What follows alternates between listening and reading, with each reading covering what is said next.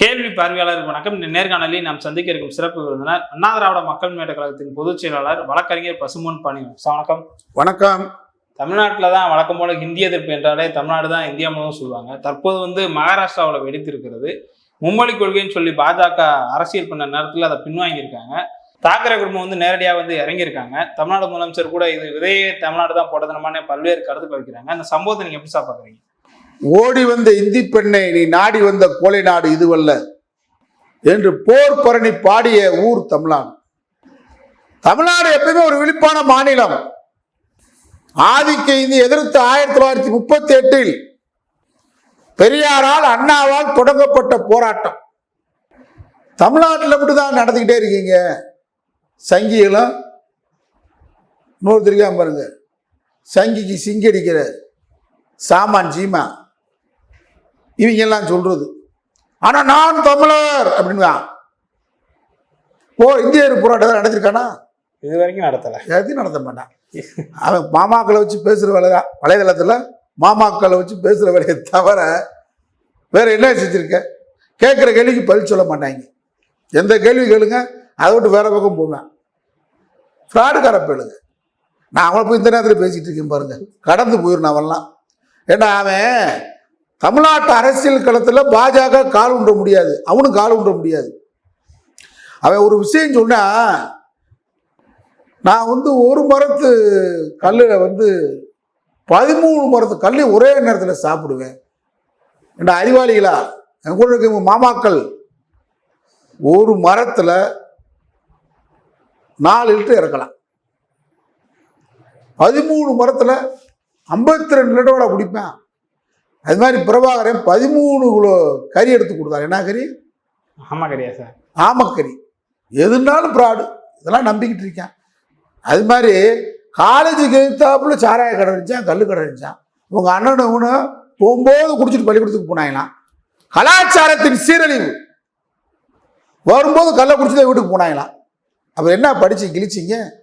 இதை சொல்கிறான், இதை படிக்கிட்ட நீங்களாம். அது மாதிரி ஒரு பொம்பளையாள்கிட்ட போனேன், காசு கொடுத்தேன். இந்த கலாச்சாரத்தை பரப்புங்கள் தம்பிகளா, தொம்பிகளா, மாமாக்களா. இதான அவன் கட்சி கொள்கை. இதுக்குதான் உங்களை வளசரவாக்கத்துக்கு கூட்டுக்கு போனேன்.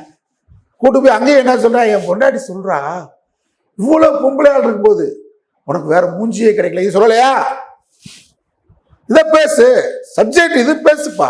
உன் கட்சி கொள்கை, நாம் கட்சி கொள்கை. அவங்க மனைவி கைல்வெளி சொன்னாங்களாம், இவ்வளோ பெண்கள் இருக்கும்போது இந்த மூஞ்சிலாம் விட்டுட்டு இந்த விஜயநேசி மூஞ்சிக்கிட்ட போனையா கேட்டாங்களா? அருமையான கொள்கை இல்லையா? அதை பேசு. கல்லூரிக்கு போகும்போது நாம் தமிழ் கட்சி இருக்கிறவெல்லாம் மயங்களை காலையில் டாஸ்மாக் அனுப்பிச்சி விடுங்க. அது மாதிரி பிறந்தோடனே சேனை ஊற்றுவாங்க. ஆமாம் ஆமாம். இவங்க அம்மா சாராய ஊற்றுச்சான். எப்படிப்பட்ட கேவலப்பட்ட குடும்பம் பாருங்க. என்னென்ன கதையெல்லாம் இவன் அரசியல் கலாத்துல தூக்கி எறியப்பட வேண்டியவன். இப்ப நமக்கு சப்ஜெக்டுக்கு வருவோம். மராட்டி இன்னைக்கு தமிழ்நாடுடைய முதலமைச்சர், திராவிட மாநில முதலமைச்சர் தெளிவா இன்னைக்கு இந்தியாலே நம்முடைய முதலமைச்சர் தான் நேசக்கரம் நீட்டிருக்கார். மராட்டியத்தில் இந்தியாவில் பெரிய மாநிலம் மகாராஷ்டிரா. அங்க பிற்படுத்தப்பட்ட சமூகத்தை சேர்ந்தவர்கள் முதலமைச்சராக இருக்கக்கூடாதுக்காக எடப்பாடி பழனிசாமி, ஓபிஎஸ், சசிகலா, டிடிவி எல்லாத்தையும் பிரிச்சு அதிமுக பிற்படுத்தப்பட்ட சமூக மக்கள் பிரிச்சு வச்சிருக்காங்க பாருங்க.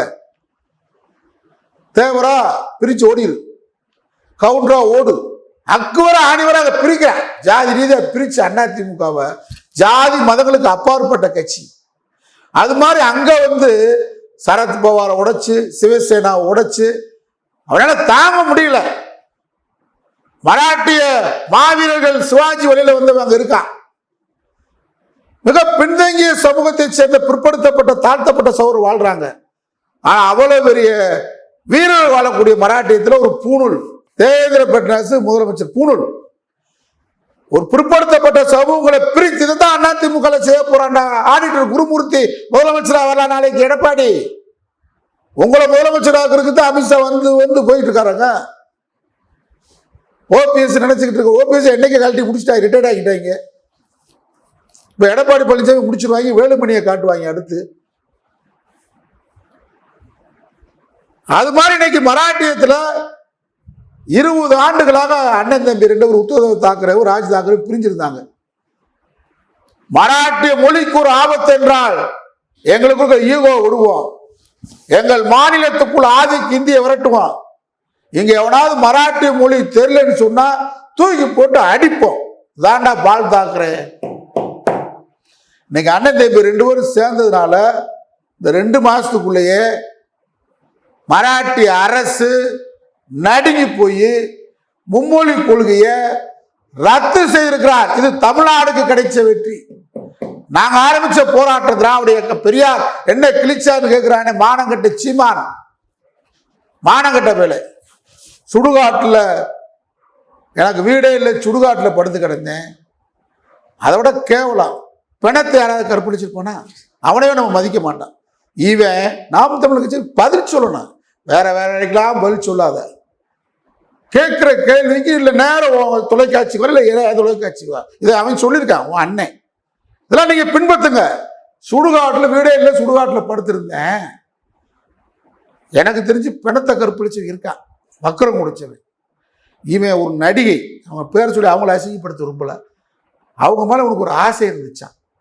அவங்க இறந்து போனோடனே அவங்கள புதைச்ச சுடுகாட்டில் அவங்கள அனுபவிச்சுதான் நான் பல நாள் இருந்தேன்னு சொல்லி ஒரு கேடு கட்டமைப்பு பின்னாடி அலையிறாங்க மாமாக்காரங்க. நாங்க எவ்வளவு பெரிய போராட்டத்தை பெரியார் நடத்தின போராட்டம் இன்னைக்கு மராட்டியத்துல அண்ணன் 20 ஆண்டுகள் பிரிந்தவர்கள் ஒன்று சேர்ந்து ஆதிக்கு இந்திய விரட்டி இருக்கிறான். மராட்டியில அங்க எவனாவது இன்னைக்கு நேரத்தை அடி ஒருத்தன் தெரியாதுன்னு இருக்கான், எனக்கு மராட்டிய மொழி தெரியாதுன்னு இருக்கான், அடினான்ட்டான். தமிழ்நாட்டில் எதிர்காலத்தில் அதான் நடக்கும். இந்த சமஸ்கிருதம் தான் இந்தி தான் சொன்னா மராட்டியம் எங்களுக்கு வழிகாட்டும். நாங்க இப்ப மராட்டியத்துக்கு திராவிட இயக்கம் பெரியார் வழியை நாங்க காட்டியிருக்கோம். அதோட நாட்டுக்கு மிகப்பெரிய ஆபத்தான கட்சி RSS பாஜக. தமிழ்நாட்டுக்கு எப்படி ஒரு கேடுகட்ட கலாச்சாரத்தை சைமன் சீமான் பரப்புகிறானோ, கல்லு குடிக்கலாம், பிள்ளைகள் குழந்தை பிறந்தால் சேனை ஊத்துறது, சாராயத்தை ஊற்றலாம், யார் மேல விருப்பமா இருந்தால் செத்து போன இடத்துல போய் அவங்கள புதைச்ச இடத்துலயே அவங்கள கற்பழிச்ச மாதிரி இருக்கலாம், யார்டா இதை பெண்கள்கிட்ட போட்டு பணம் குத்துக்கா வந்தான்னு சொல்லலாம். இதெல்லாம் தவறான கலாச்சார சிறுவை இல்லையா? இதை மனைவியை ஒத்துக்கொள்கிறார், நல்ல மூஞ்சியா இருந்தா போன்னு சொல்லுகிறார். இதான அவன் கட்சி கொள்கை. எப்படி ஊர்படும்? என் கலைவன் பெரியார் 1938 ஆதிக்கு இந்திய விரட்டுகளுக்கு சொன்னார். இன்னைக்கு வரைக்கும் திராவிட மாடல் தளபதி ஸ்டாலின் விரட்டுகிறார். என்னைக்கு விரட்டுவோம்? இன்னைக்கு நாங்க விரட்டுறதுனாலதான் மராட்டியத்தில் அடிச்சு விரட்டுறான். அது மாதிரி RSS டாக்டர் அம்பேத்கர் எழுதிய அரசியல் சட்டத்தை அணுவா சிதைக்கிறான்.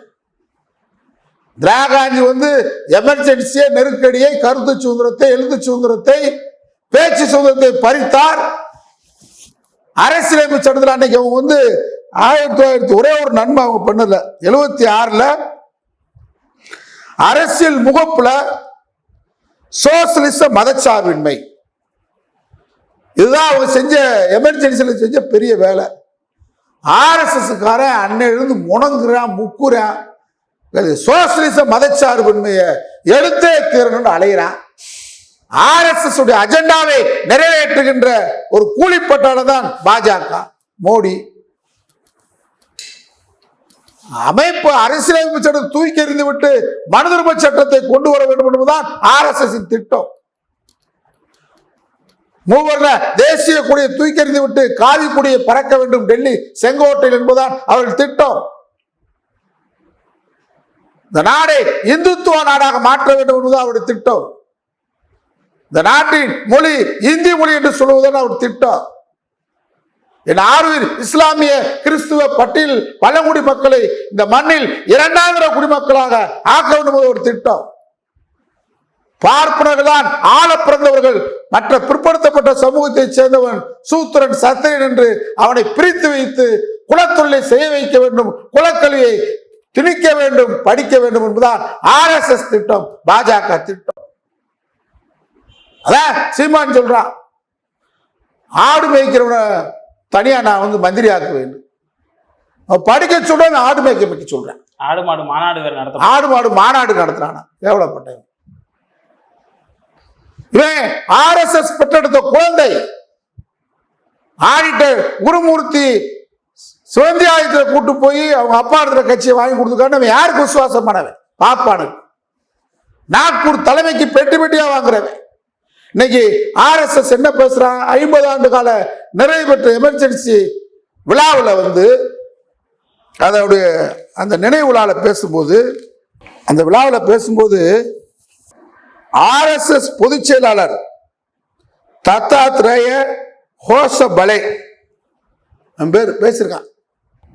வடகிழக்கு மாநிலமான அஸ்ஸாம் முதல்வர் ஹிமந்த் பிஸ்வ சர்மா மதச்சார்பின்மை என்பது சர்வ தர்ம சம்பவா எனப்படும் அப்படின்னு பேசுறான்.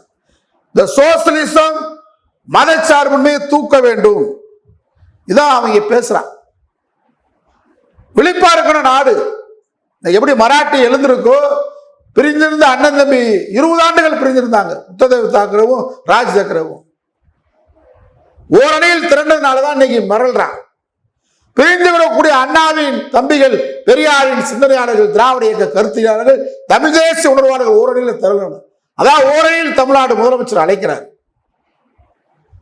சுடுகாட்டில் படுத்துக்கிட்டு அனுபவிச்சுன்னு சொல்லி இருக்கிற கேடு கட்டவன் தமிழ்நாட்டில் இருக்காங்க. ஆனா இன்னைக்கு தமிழ்நாட்டுடைய முதலமைச்சர், தமிழ்நாட்டுக்கு இன்னைக்கு கிடைச்சிருக்கக்கூடிய அற்புதமான ஒரு முதலமைச்சர், போராளி, அமைதியா இருந்து சாதிக்கக்கூடிய ஒரு திராவிட இயக்கத்துடைய தளபதியா இன்னைக்கு இருக்கிறார். அதனால இதெல்லாம் நம்ம கருத்தில் எடுத்துக்கொள்ள வேண்டிய கட்டாயத்தில் இருக்கு. ஆனா ஏன் இதை அவன் மோடி வந்து இதையே அவர் செய்ய முடியாம இருக்காருன்னு கேட்டா, 2014 அரசியலமைப்பு விதிகளிலும் இந்த 2 வார்த்தைகள் உள்ளன. 2014 பிரதமர் மோடி மதச்சார்பின்மை நம் ரத்தத்தில் ஓடுகிறது என கூறியிருக்கிறார். அது மட்டும் இல்ல, பாஜகவுடைய அவங்களுடைய கட்சி கொள்கையில சோசியலிச மதச்சார்பு போலியா சேர்த்துக்கிட்டாங்க. எடுக்க முடியாம நிலைமையில இருக்கான். இதை எடுத்தால் நிதிஷ்குமார் உடனே ஆதரவை ஒன்றிய அரசுக்கு விலக்கிக் கொள்வார், சந்திரபாபு நாயுடு விலக்கிக் கொள்வார், நாடு முழுவதும் கொந்தளிப்பாகும். அம்பேத்கர் அரசியல் சட்டத்தில் என்னைக்கு நீ கை வைக்கிறியோ, சின்னதா மாற்றங்களை கொண்டு வந்துட்டு இருக்க. இது பெரிய விஷயம். சோசியலிச மதச்சார்பு என்பது முகப்புறையினுடைய பெரிய விஷயம். இது நீ தொடும் பொழுது நிதிஷ்குமார் இல்ல, சந்திரபாபு நாயுடு இல்ல, இந்தியாவே பாஜகவுக்கு எதிராக திரளும். அதோட சவுக்கு அடி விழும் பாஜகவுக்கு. எந்த காலத்திலும் இந்தியாவில் ஆட்சிக்கு வர முடியாது. இப்படி ஒரு திட்டத்தை RSS போட்டுக்கிட்டு இருக்கிறான். இதுலயும் நம்ம விழிப்பா இருக்க வேண்டிய காலகட்டத்தில் இருக்கோம்.